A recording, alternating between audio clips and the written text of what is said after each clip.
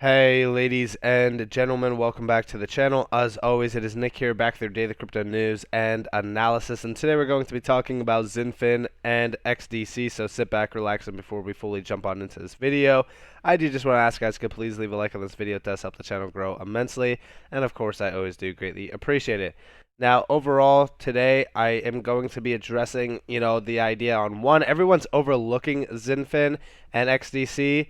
But I really want to address a few things that are happening behind the scenes, a lot of things that are happening behind the closed doors that people should really be recognizing. And, this really kind of gives you an idea on why we are investing our money into Xinfin. So, with that being said, I still am sick, so please bear with me as I do try to, just kind of strong arm it through this.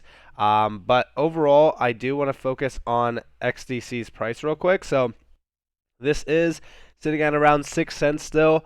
Up a little bit from our lows. I mean, on the 1 year span, you guys can really kind of see, or actually, let me go to the all-time chart. So you guys can really kind of see a little bit of a better picture. So during this entire time on this downwards trend, I said we'll most likely see those summer lows being tested at about like 47.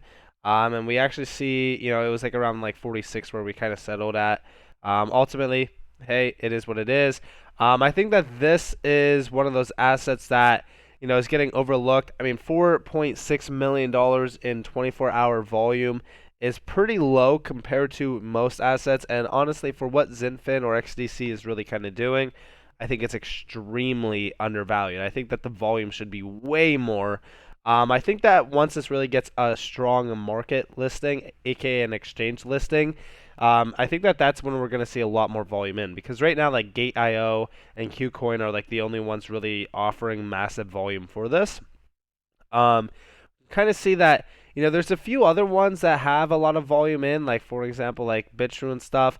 Gate.io, we know that a lot of individuals are kind of ignoring now because of the whole like know your customer and stuff like that.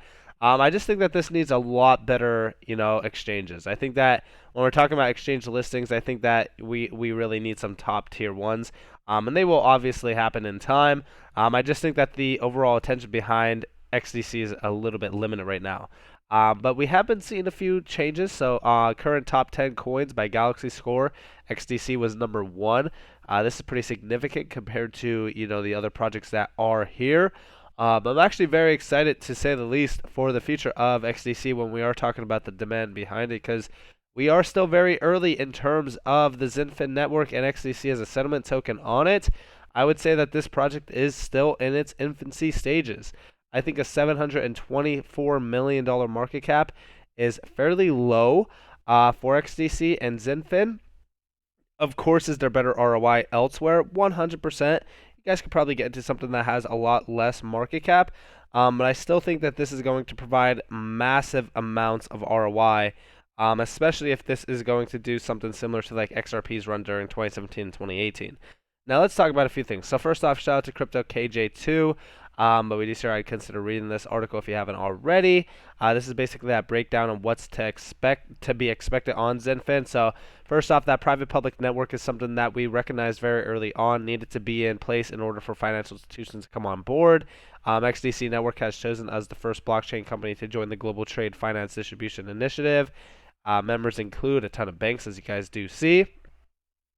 TradeTech and Xinfin say that this first transaction sets the standard for all future NFT-based and tokenized trade finance transactions and represents a major step forward in the tokenization of traditional fixed income products and investment notes. And then we do see here the plan is to carry out a number of similar transactions with other originators, and that is something we could do very quickly now as a follow-up. He adds that the companies have already started work on a full retail offering that will be launched in the coming months. The way forward from there, will be to move into stablecoin types of offerings.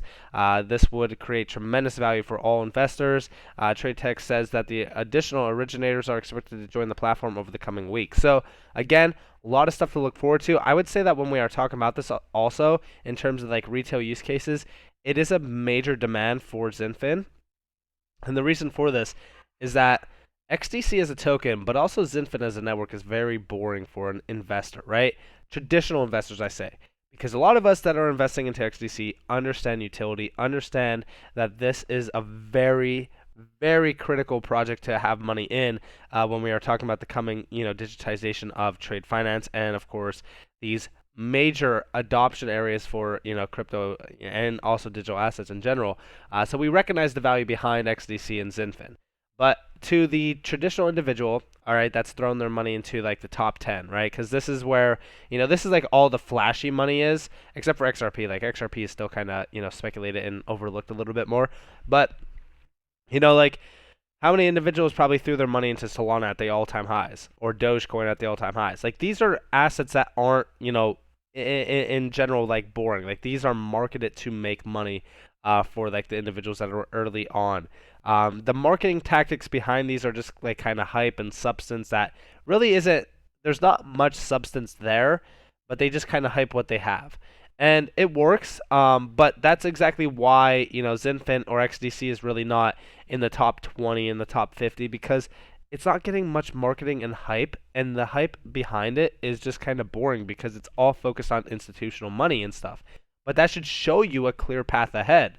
And we also see here XDC companies and government agencies adopt available standards to accelerate the digitization of trade processes. Digitalization in trade finance is an important trend and also extends to the wider global trade landscape. This week, International Chamber of Commerce (ICC) and the World Trade Organization published the first ever toolkit to help companies and government agencies adopt available standards to accelerate the digitalization of trade processes. Now, again, I want you guys to understand that this is all talking about digitalization of pretty much everything. I've also talked about tokenization, right? Because NFTs are also going to be a critical area to focus on, especially with a lot of these trade processes. More so, like trade tech themselves should be focused on here because again, Xinfin already worked with them in terms of an NFT based trade finance transaction. I think that this is critical. I think that this is a crucial area to focus on. And again, this is not a very flashy thing. This is not an exciting thing from an retail investor. A lot of this stuff, a lot of individuals don't really even recognize and understand fully. But to understand the scope of this, you got to understand the value of trade finance, which is a multi-trillion-dollar market. So when we are talking about the focus area here, Xinfin could unlock trillions of dollars in value. And I do think that they will because of their use case value and their connections already. And we do see here, this deserves to be shared again and maybe a few more times afterwards. Stay focused, think long term. My speculation is that many of the banks and other industry players mentioned on these lists will work with XDC Network. Global awards, other industry players, best fintech startup in trade, XDC Network being mentioned here. We also see some other major trade finance players in terms of software providers, alternative trade or supply chain finance providers as well. You guys can see all these major breakdown individuals here within these areas. So again, I think that the connections with Xinfin are massive.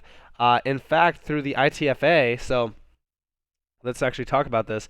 So Citibank joins DNI.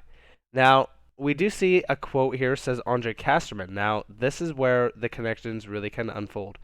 Andre Casterman is a key player, and I want to really put a spotlight on him. We'll move there in a second, but focus on this, right? This is, digital capabilities and transformation of course, trade finance.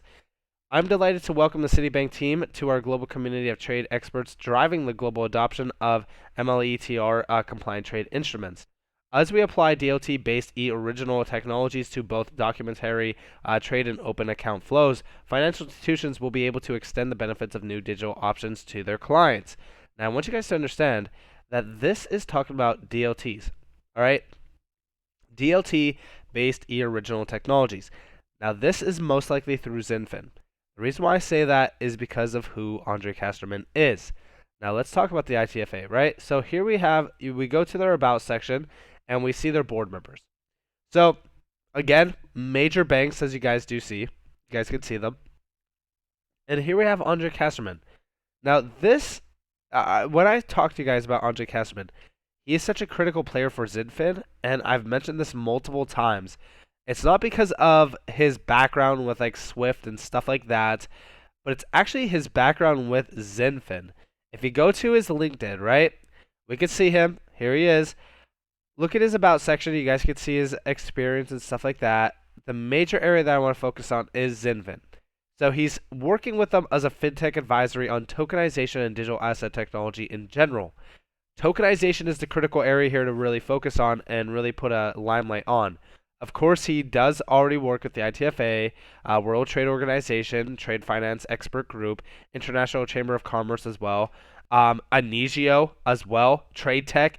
I mean, this guy has the connections to everything within trade finance. And this is also why I say focus on these key players.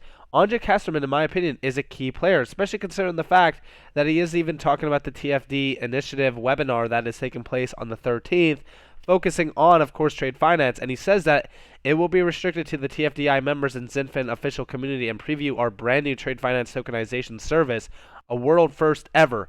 Again, his main use case focus here with Xinfin is tokenization and digital asset technology, and here we have these use cases being, spotlighted and previewed. The best part about this is that everyone is going to ask me, when do you think Xinfin's going to take off? Okay, obviously, do I think that's going to have a great bull run alt season? Yes. Where do I see the true value of Xinfin or XDC being unlocked? I see that happening with, a utility-driven market. Okay, we see ISO 222 going live in November. Do I think that that's going to cause a pump on XDC? No. It is just a messaging format. But it does open the doors for many other things to be limelighted. More so, it does provide a door for utility to be unlocked. Now, there's still so much to look forward to. I mean, obviously the connections are there. When we are talking about this area of focus, it's extremely massive in terms of, just honestly adoption. But I definitely think that ISO 222 will lead us into the idea of a utility-driven market, where we will see, of course, XDC really kind of take a massive lead amongst others. But I think even in the short-term span, we will see major, demand for Xinfin and XDC. But again, you guys do see the connections here from Andre Casterman. Again, ultimately, I think that when we are still talking about ICC and things like that, we still have so much more to look forward to. I mean, even from April 6th to the 8th, we do see virtual conferences going on with Anigio and even ICC. Again, I'm very excited to see a lot of this stuff really kind of be discussed and talked about in terms of trade systems, digitization of these systems as well.